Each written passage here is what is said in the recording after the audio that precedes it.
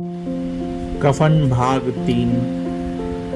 बाजार में पहुंचकर घीसू बोला, लकड़ी तो उसे जलाने भर को मिल गई है, क्यों माधव?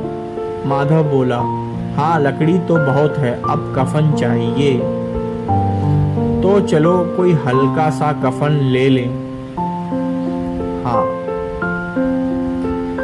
और क्या, लाश उठते उठते रात हो जाएगी, रात को कफन कौन देखता है।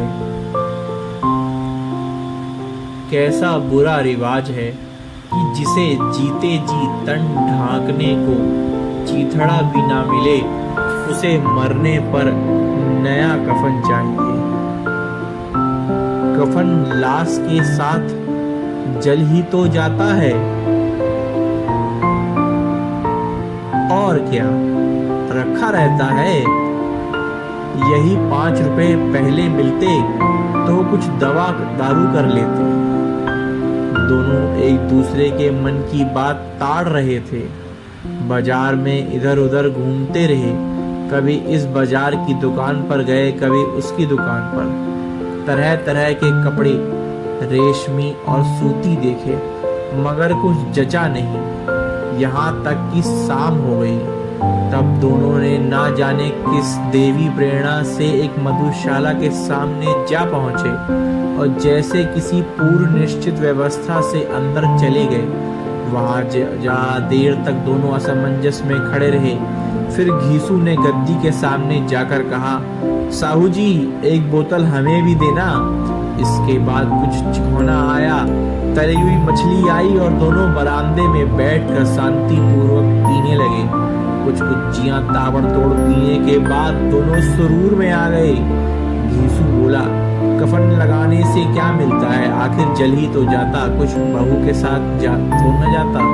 माधव आसमान की तरफ देखकर बोला, मानो देवताओं को अपनी निष्पापता का साक्षी बना रहा हो। दुनिया का दस्तूर है, नहीं लोग बामनों को 1000 रुपए क्यों देते हैं? कौन देखता है परलोक में मिलता है या नहीं मिलता। बड़े आदमियों के पास धन है, फूके, हमारे पास फूकने को क्या है। लेकिन लोगों को जवाब क्या दोगे? लोग पूछेंगे नहीं कफन कहाँ है। घीसू हंसा, अबे कह देंगे रुपए कमर से खिसक गए, बहुत ढूंढा मिले नहीं, लोगों को विश्वास ना आएगा, लेकिन फिर भी वही रुपए देंगे। माधव भी हंसा। इस अनपेक्षित सौभाग्य पर बोला, बड़ी अच्छी थी बेचारी, मरी तो खूब खिला पिला कर। आधी बोतल से ज्यादा उड़ गई। घीसू ने 2 सेर पूरियां मंगाई, चटनी, अचार, कलेजियां। शराब खाने के सामने ही दुकान थी। माधव लपक कर 2 पत्तलों में सारे सामान ले आया। पूरा 1.5 रुपया खर्च हो गया, सिर्फ थोड़े से पैसे बचे रहे। दोनों इस वक्त इस शान में बैठे पूरियां खा रहे थे, जैसे जंगल में कोई शेर अपना शिकार उड़ा रहा हो। ना जवाबदेही का खौफ था, ना बदनामी की फिक्र थी। इन सब भावनाओं को उन्होंने बहुत पहले ही जीत लिया था।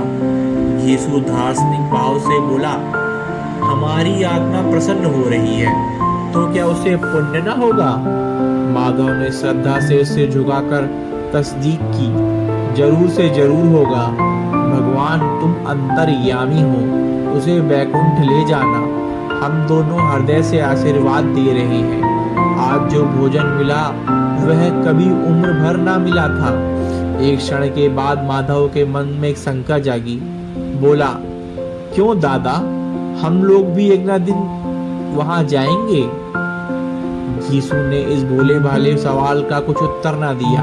वह परलोक की बातें सोचकर इस आनंद में बाधा ना डालना चाहता था। जो वहां हम लोगों से पूछे कि तुमने हमें कफन क्यों नहीं दिया, तो क्या कहोगे? कहेंगे तुम्हारा सिर। पूछेगी तो जरूर। तू कैसे जानता है कि उसे कफन ना मिलेगा? तू मुझे ऐसा गधा समझता है? 60 साल क्या दुनिया में घास खोदता रहा हूँ। उसको कफन मिलेगा और बहुत अच्छा मिलेगा। माधव को विश्वास न आया। बोला, कौन देगा? रुपए तो तुमने चट कर दिए। वह तो मुझसे ही पूछेगी, उसकी मांग में सिंदूर तो मैंने डाला था। कौन देगा, बताते क्यों नहीं? घीसू, वही लोग देंगे जिन्होंने अबकी दिया। हाँ, अबकी रुपए हमारे साथ न आएंगे। ज्यों ज्यों अंधेरा बढ़ता था और सितारों की चमक तेज होती थी, मधुशाला की रौनक भी बढ़ती जाती थी। कोई गाता था, कोई डींग मारता था, कोई अपने संगी के गले लिपट जाता था, कोई अपने दोस्त के मुंह में कुल्हड़ लगाए देता था। वहां के वातावरण में सुरूर था, हवा में नशा। कितने तो यहाँ आकर एक चुल्लू में मस्त हो जाते थे। शराब से ज्यादा यहाँ की हवा उन पर नशा करती थी। जीवन की बाधाएं यहाँ खींच लाती थी और कुछ देर के लिए भूल जाते थे कि वे जीते हैं या मरते हैं, या ना जीते हैं ना मरते हैं। और यह दोनों बाप बेटे अब भी मजे ले लेकर चुस्कियां ले रहे थे। सबकी निगाहें इनकी ओर जमी हुई थी। दोनों कितने भाग्य के बली हैं।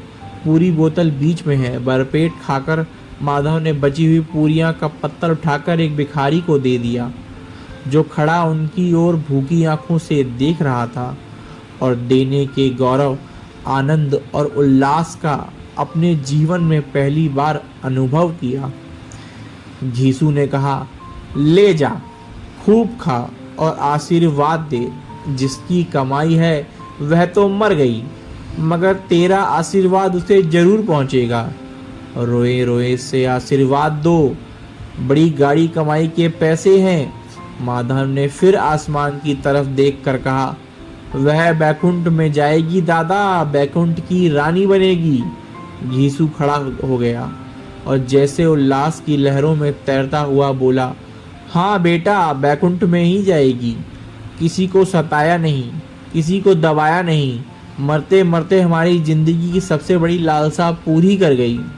वह ना बैकुंठ जाएगी तो क्या ये मोटे मोटे लोग जाएंगे, जो गरीबों को दाने दोनों हाथों से लूटते हैं, अपने पाप को धोने के लिए गंगा में नहाते हैं और मंदिरों में जल चढ़ाते हैं।